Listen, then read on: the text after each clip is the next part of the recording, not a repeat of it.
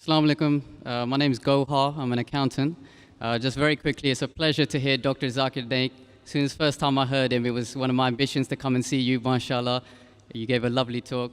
My question is, there's a famous hadith saying by the Prophet, peace be upon him, that we should seek knowledge unto China. Now, I've talked to a lot of brothers about this, and my perspective on it, even though I haven't researched it, is that this knowledge does not talk about religious knowledge, because the religious knowledge at the time was in Saudi Arabia, where the Prophet, peace be upon him, was. And people all over the world were coming to see him at that time for religious knowledge. Brother, what is the question, brother? What is the question? So my question is, this hadith, does it relate to religious knowledge or knowledge of the dunya, science, maths, etc.?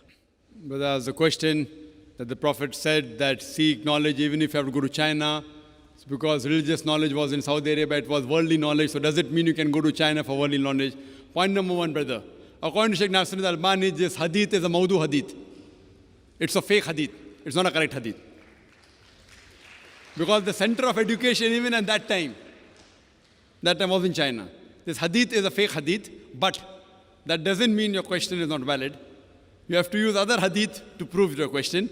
The first guidance given by Allah subhanahu wa ta'ala to the whole of humanity was not to pray, was not to give zakat, it was Iqra.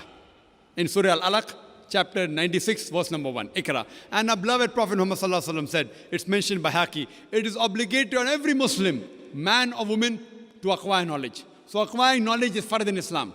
It's compulsory. It includes, the more obligatory is the Deen knowledge, but that does not mean you cannot go and travel even for worldly knowledge. You can, as long as you fulfill the criteria.